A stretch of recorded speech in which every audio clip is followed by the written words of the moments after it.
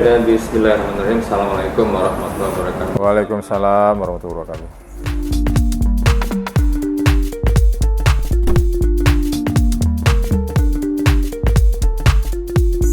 Nah, kalau kita lihat Undang-Undang Energi Nomor 7 Tahun 2030, tugas utama DEN sudah tertuang di situ sebetulnya. Di antara lain adalah membuat kebijakan energi nasional. Itu yang kita buat dan telah diterbitkan peraturan pemerintah tentang kebijakan energi nasional nomor 79 tahun 2014. Kemudian turunannya adalah kita membuat rencana umum energi nasional atau RUEN. Itu tertuang di dalam Perpres nomor 22 tahun 2017. Kemudian kita juga membuat Perpres Krisdaren nomor 41 tahun 2016. Kemudian kita juga sedang membuat Perpres tentang pengawasan energi lintas sektor dan satu lagi Perpres cadangan penyangga energi. Kita juga sedang dalam proses pembuatannya. Nah, peraturan pelaksanaannya tentang Krisdaren juga sudah terbit peraturan menterinya. Kemudian kita juga memfasilitasi pembuatan Perda tentang rencana umum energi daerah. Alhamdulillah sudah ada 30 provinsi yang mempunyai perda, 4 lagi dalam proses yaitu DKI, Kepulauan Riau, Papua dan Papua Barat. Sedangkan 4 provinsi baru lainnya di Papua masih belum ada pembahasan tentang perdaruratnya karena memang baru provinsi baru kan, DPR-nya juga belum ada begitu. Jadi memang yang provinsi baru di Papua itu belum dibahas sama sekali. Jadi itu tugas utama DEN selama ini seperti itu. Kemudian kita juga sudah membuat yang namanya Green Energy Strategy Nasional sebagai revisi untuk kita menuju net zero emisi dan juga mengurangi import sampai dengan 0%.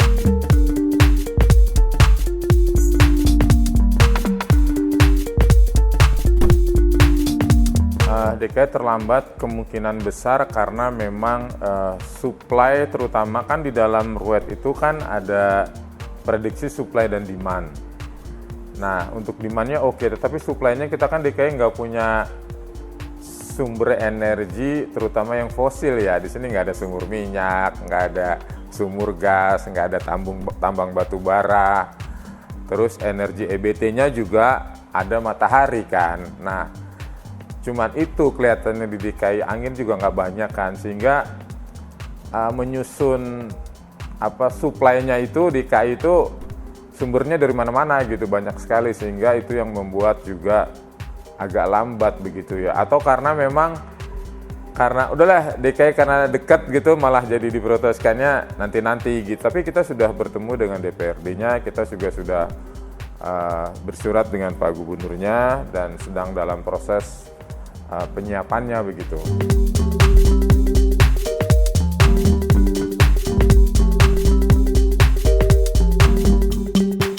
Nah, seperti yang saya sampaikan tadi, Bapak Presiden tahun 2020 itu memerintahkan kami ya untuk menyusun kembali strategi energi kita agar supaya kedepannya itu neraca perdagangan kita terutama sektor migas itu tidak defisit gitu. Nah, langkah pertama adalah yang kita buat di dalam Green Strategy Nasional itu adalah bagaimana mengurangi import, begitu, mengurangi import energi yang khususnya dari fosil gitu kan. Nah, kan masih ada 3 komoditi yang kita import itu ada minyak mentah, BBM jenis bensin dan LPG. Sedangkan subsidi sendiri di dalam PPKN tertulis bahwa subsidi itu harus tepat sasaran, artinya kepada orang yang berhak. Kan memang di kita itu kan orang miskin masih sekian persen gitu ya. Ya mungkin nanti kalau orang miskinnya sudah tidak ada, otomatis kita tidak perlu lagi memberikan subsidi kepada masyarakat gitu. Karena memang nggak ada lagi yang perlu disubsidi. Karena regulasinya mengatakan subsidi itu hanya untuk golongan tertentu apa ya orang miskin lah kan gitu.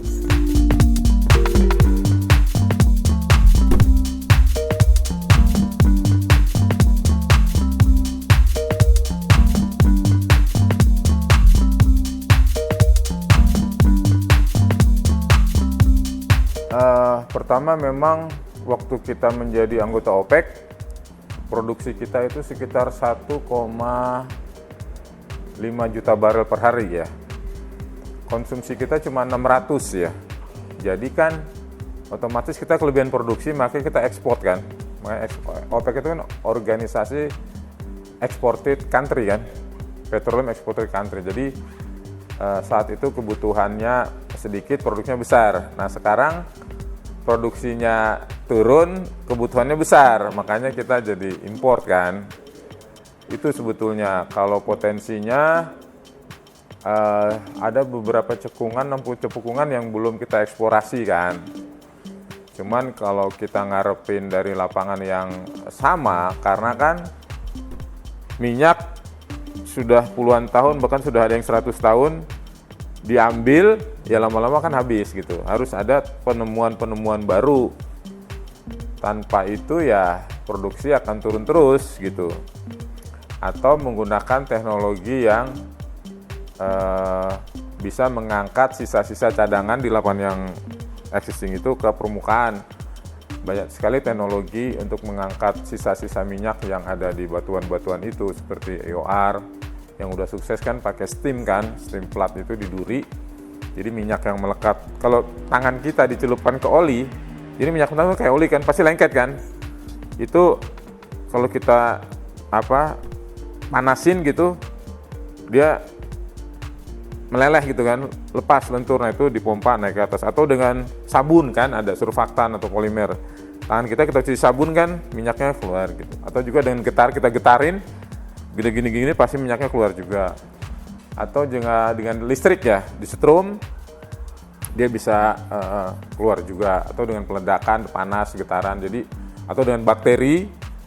Jadi macam-macam teknologi untuk melepas minyak yang melekat di batuan tersebut itu kita angkat. Nah, itu jadi dua cara, di lapangan yang baru atau dengan teknologi EOR itu untuk meningkatkan produksi.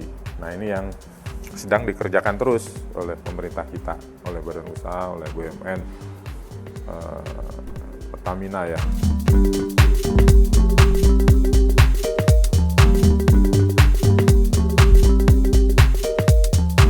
Kalau hanya business as usual, drilling, workover well service di lapangan yang sama, nggak akan pernah bisa kita meningkatkan produksi. Satu-satunya cara untuk lapangan yang sama adalah melakukan teknologi pengangkatan sekunder. Itu secondary recovery atau tertiary recovery, yaitu EOR, enhanced recovery. Nah, cara yang kedua, mengembangkan lapangan-lapangan baru. Hanya dengan dua cara itu bisa meningkatkan produksi. Kalau dengan cara-cara biasa tidak bisa naik gitu. Nah ini yang lemot gitu. Kita dorong terus untuk melakukan itu gitu. Orang lebih senang melakukan cara-cara tradisional di lapangan yang sama. Ya otomatis seperti saya bilang tadi, minyak puluhan tahun diproduksi, ya habislah lama-lama gitu, kalau nggak ada yang baru kan gitu. Ya kendalanya orangnya aja nggak berani. Iya, harus berani kan. Kenapa dia nggak berani? Ya pengetahuannya kurang di bidang itu. Kan Yu tadi bilang kalau uang kan bisa kerjasama.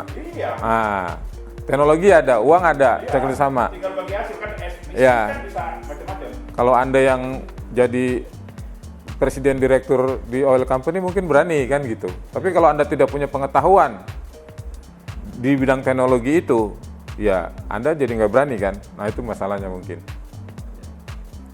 Terlalu birokrasi juga, takut salah gitu, ya susah. Jadi harus pilih orang-orang yang punya pengetahuan di bidang itu dan berani ngambil keputusan. Tidak punya kepentingan pribadi. Biasanya itu orang nggak berani ngambil keputusan itu dua, tidak punya pengetahuan itu atau punya kepentingan, atau orang lain yang punya kepentingan, dia terdesak atau takut. Takut kan kalau dia berani kan, kenapa takut? Takut karena salah. Kalau berani karena benar, berani kan karena benar. Nah, selama dia benar, ya dia harusnya berani gitu. Salah kemungkinan ya dia, ya tadi kalau takut karena salah kan. Berarti ada sesuatu yang salah. Salah karena apa? Ada kepentingan pribadi atau desakan, intervensi, dan lain sebagainya. Itu aja masalahnya.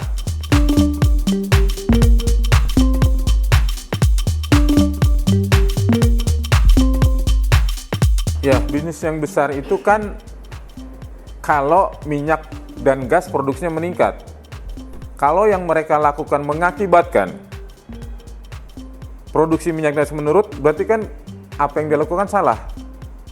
Keinginan dia untuk melakukan bisnis besar di situ tidak terjadi karena justru yang terjadi produksi malah turun gitu. Boleh saja mereka punya kepentingan, tapi harus menempatkan orang-orang yang berani ngambil keputusan sehingga produksi minyak dan gas bisa naik. Bukan orang-orang mereka yang nggak punya pengetahuan di bidang itu. Itu salahnya mereka. Mereka ingin punya bisnis besar, tapi salah menempatkan orang sehingga tidak berani ngambil keputusan, bahkan produksinya jadi turun. Kan itu yang terjadi. Artinya apa? Kan salah menaruh orang. Itu menurut saya. Gitu. Taruhlah orang punya pengalaman di bidangnya dan berani mengambil keputusan. Oil and gas adalah ilmu yang di bawah permukaan. Bukan ilmu politik, ilmu sosial, ilmu saudara, teman, bukan itu. Harus punya pengetahuan. Itu sesuatu yang nggak bisa dilihat dengan mata, harus dengan teknologi. Kalau mereka tidak punya pengetahuan itu, yang nggak berani mengambil keputusan. Iya, itulah yang terjadi di bawah A, di atas B. Kan susah. Di bawah nggak bisa ngambil keputusan, di atas nggak ngerti. Tapi kalau semuanya sinkron tuh dari atas ke bawah, ya bagus. Contoh misalnya perusahaan minyak yang sukses lah, Medco misalnya. Ya itu engineer-nya misalnya banyak lulusan ITB, yang punya juga ITB, ngerti gitu loh. Ada teknologi baru, logik, ngerti jalan. Tapi kalau yang nggak sinkron, bawah atasan, ya susah. Di bawah nggak punya kewenangan, dia ngerti. Di atas punya kewenangan tapi nggak ngerti. Nggak jalan kan, Pak? Di bawah kan nggak bisa ngambil keputusan.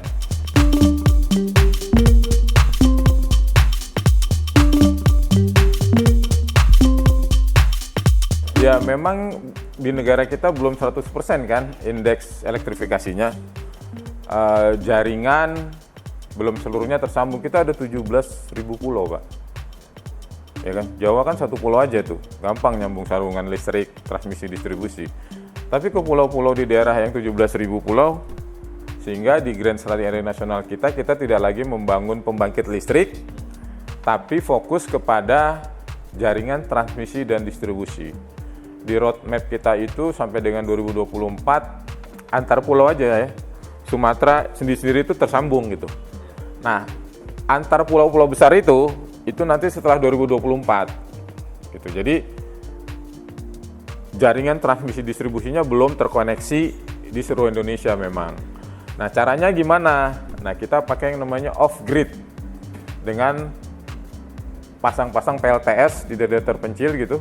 Tapi karena keuangannya terbatas ya bertahap. Nah, yang penting kan elektrifikasi di kita tiap tahun meningkat. Memang belum 100%. Nah, elektrifikasi kita itu mulai dari kabupaten. Nanti setelah kabupaten ditingkatkan lagi tingkat kecamatan. Setelah tingkat kecamatan, tingkat desa. Setelah tingkat desa baru KK. Tapi KK kan tiap hari tumbuh, Pak. Ada KK baru, ya pasang listrik baru gitu kan. Susah kalau KK tuh dia karena dia tumbuh ya. Tapi kalau provinsi juga tumbuh juga sih. Kabupaten tumbuh juga, ada pemekaran, kecamatan otomatis akan tumbuh. Tapi nggak apa-apa, dari tahap provinsi aja tahap kabupaten aja belum 100%. Ini kalau sudah 100% turun tuh kriterianya, indeksnya tuh tingkat di bawah kabupaten dan kecamatan. Nanti bawah kecamatan turun lagi. Setiap kelurahan bentar RW. Jadi RW terus RT misalnya. Jadi dalam satu RT misalnya 10 rumah. Satu rumah saja sudah ada listrik, yang 9 rumah itu udah termasuk 100% gitu. Tapi nanti kita turunkan lagi itunya kriterianya. Jadi kita membangun infrastruktur sampai ke daerah, transmisi distribusi, dan membangun yang off-grid namanya, pakai PLTS, pakai baterai.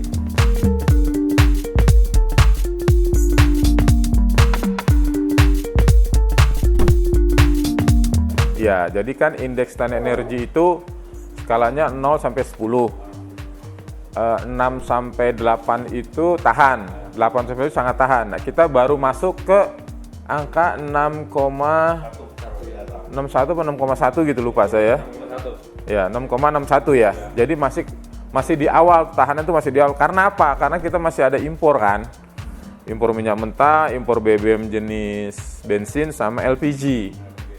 Kalau solar Sains 48 kita sudah sukses kita substitusi dengan B30 kan.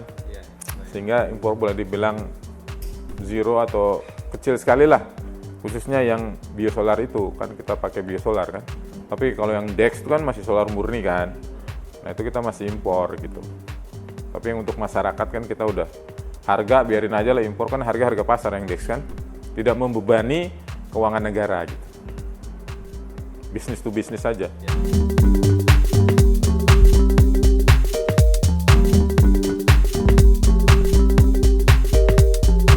Banyak, kita mendorong sebetulnya DPR segera membahas RUU EBT, itu kan belum kelar-kelar tuh. Itu aja dulu.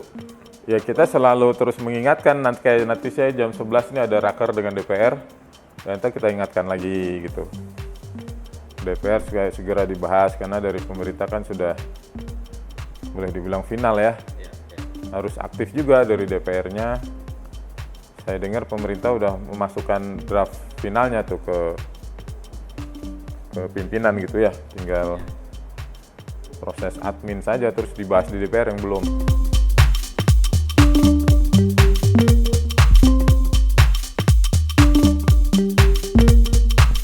Ya tadi, kenapa belum tercapai? Karena kita masih tadi regulasi undang-undangnya belum ada gitu kan. Yang kedua dari segi infrastruktur, kan fosil dari zaman Belanda udah ada tuh SPBU udah seluruh Indonesia. Sementara kita SPKLU baru berapa ya? 2000 belum nyampe kayaknya. SPBU udah 7000-an kan. Infrastruktur depot-depot BBM udah seluruh Indonesia kan. Jadi pembangkit listrik batu bara udah di berbagai daerah kan. Nah sementara EBT kan baru ya, jadi namanya juga energi baru, ada baru. Jadi dari segi infrastruktur, dari segi investasi itu kita masih kalah dengan fosil. Kemudian dari segi harga juga batu bara kan lebih murah gitu loh.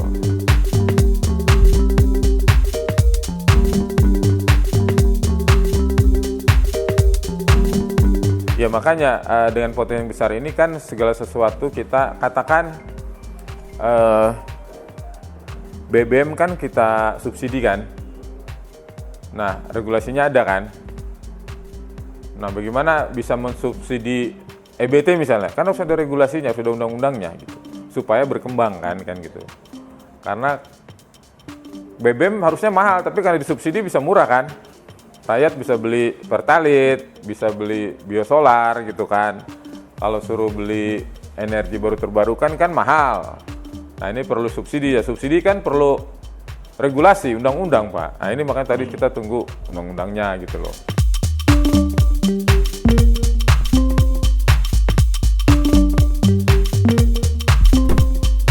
Iya, problemnya saya bilang tadi, selama harga fosil masih lebih rendah dari EBT, ya orang kan pasti pakai fosil Pak, bener nggak?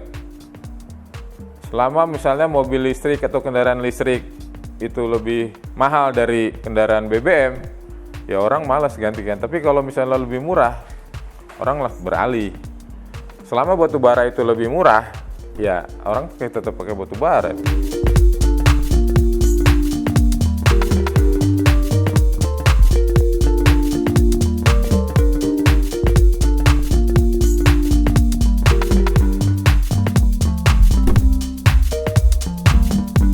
Wah, kita sangat mendukung sekali EBT karena kan memang target kita 23% EBT di 2025 kan.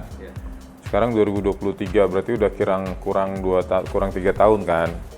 Baru mencapai 12,13% kalau nggak salah. Jadi kita dorong apapun EBT itu kita selalu mendorong. Kita push lah. Apapun EBT kita push saat ini.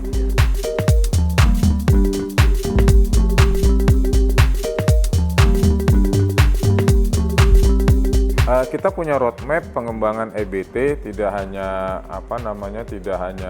pembangkit listrik tenaga air, tapi kita sangat optimis dengan solar panel.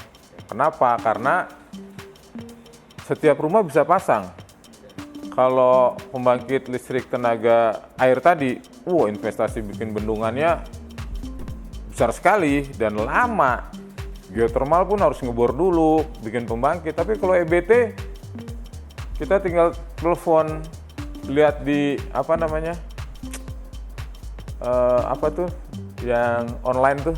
Online shopping? Shopee gitu-gitu kan, online shopping. Tek, dia datang ke rumah pasang. Kantor saya ini udah pasang semua ya, Terus lahan parkir saya tuh atapnya udah solar panel, rumah saya udah solar panel juga. Semua bisa pasang. Dan kreditnya murah, jangka panjang gitu, tanpa DP, tanpa agunan, bisa jangka panjang. Bahkan sekarang sistemnya gratis. Asal mau aja kita dipasangin, kita nyicil. Misalnya sekarang kita bayar listrik 1.500.000 nih sebulan. Dengan pasang solar panel, kita hanya bayar listrik 1 juta. Kan ada listriknya dari matahari. Berarti kita hemat 500 kan? Nah 500 untuk cicil. Tanpa kita mengeluarkan uang tambahan untuk listrik, setelah 15 tahun, dari cicilan 500.000 itu kita punya solar panel. Nah pada saat tahun ke-15, yang nggak pasang solar panel, pasti listrik akan naik terus kan harganya kan? Bener nggak? Sofa kan naik kan? Nah kita udah gratis dari matahari, teman kita yang belum pasang, listriknya mungkin 2-3 kali lipat bayarnya.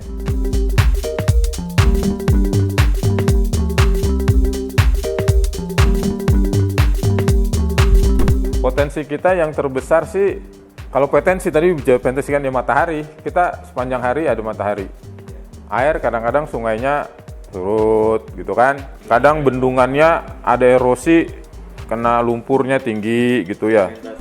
Geothermal juga kadang-kadang sumurnya habis itunya, uapnya gitu. Tapi kalau matahari kan ada terus tuh panjang tahun kan tuh ada terus. Potensi besar kita matahari, kemudian investasinya juga paling murah matahari kan. Bapak-bapak bisa pasang di rumah tuh. Selama gajinya di BRI atau Mandiri udah tanpa DP, tanpa uang muka. Atau bahkan sekarang swasta berani kok. Dia biayain, yang penting dia bayar cicilan dari penghematan. Udah, saya angkanya kurang tahu persis ya. Kemungkinan geothermal sama PLTA ya.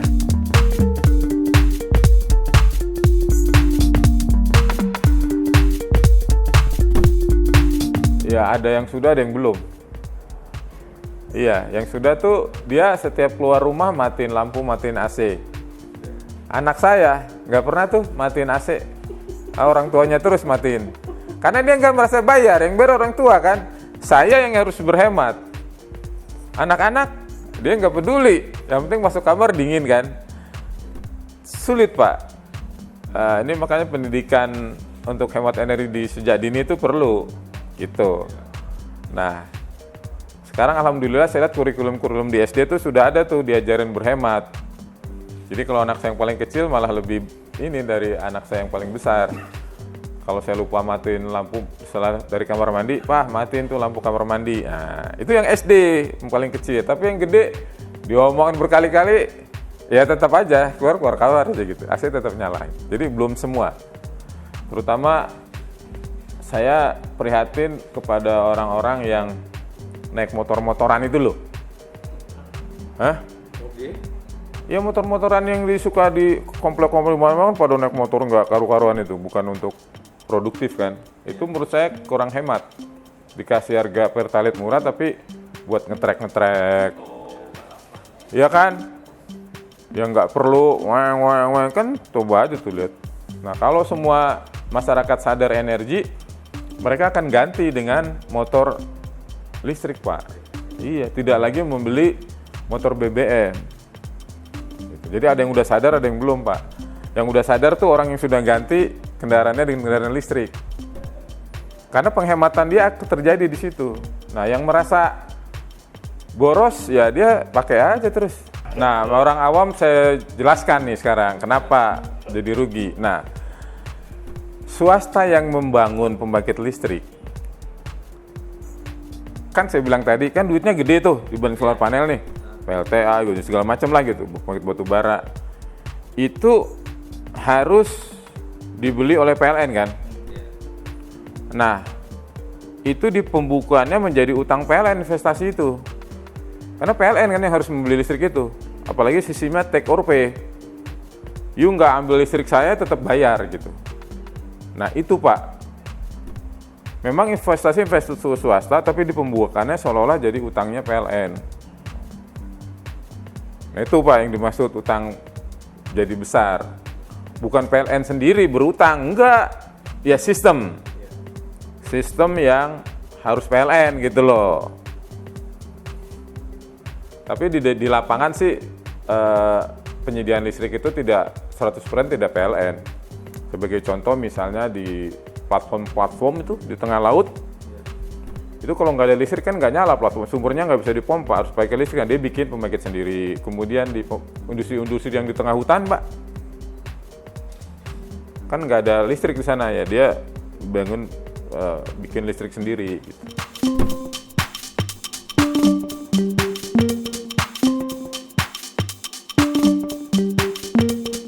Ya nggak apa-apa tidak harus 100% PLN, nggak apa-apa. Toh faktanya PLN tidak bisa juga meladeni 100% kebutuhan listrik kan. Tadi you kasih contoh tadi di daerah-daerah yang masih biarpet. Kemudian industri-industri yang smelter kan perlu listrik juga. Ya silakan saja dia membuat listrik sendiri. Itu faktanya dari dulu udah berjalan. Saya kasih contoh tadi. Cek aja semua platform seluruh Indonesia tengah laut itu. Kan bikin listriknya sendiri, sama industri-industri yang tengah hutan itu. Bikin listrik sendiri juga. Nggak apa-apa. Siapa yang larang? Nggak apa-apa. Bapak-bapak mau pasang solar panel seluruh rakyat masa Indonesia selama itu offline, pakai baterai sendiri boleh nggak? Boleh.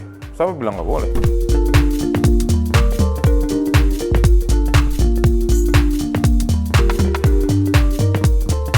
Ya itu kan yang jualan.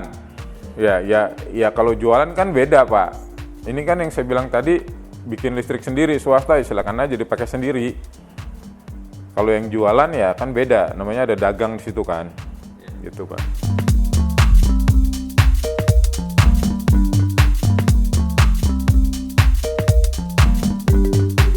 DEN sangat mendukung nuklir. Sebagai contoh, DEN menginisiasi kan dari zaman dulu tuh sebelum saya ke DEN ya, ada 19 requirement dari IEA, International Energy Agency, untuk komersialisasi listrik itu, PLTN maksudnya, ada 19 requirement. Nah kita sudah memenuhi 16, 3 lagi belum, yaitu NEPIO, kebijakan pemerintah sama stakeholders, penerimaan stakeholders lah ya.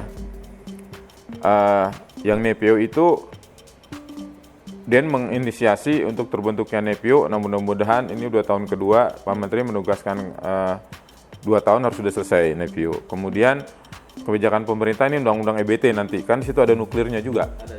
Ada. Nah kita lagi merevisi PPGen yang nuklir pilihan terakhir itu kita hilangkan.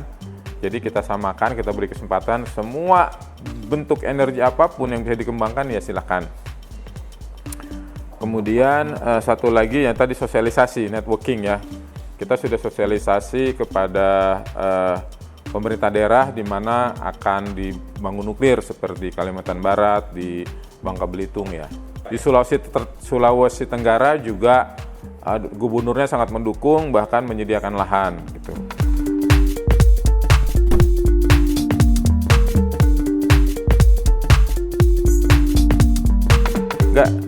Kita kan di daerah-daerah yang kita mencari yang jarang gempa dan pemerintahnya, masyarakatnya mendukung.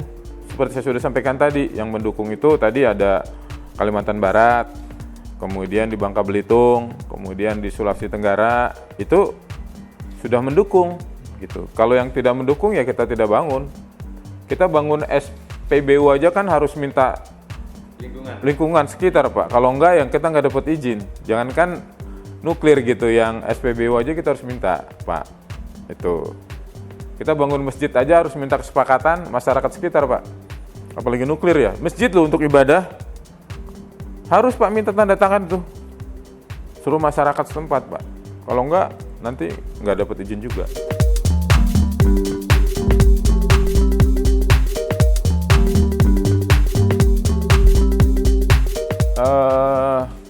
Kita mendukung nuklir ya.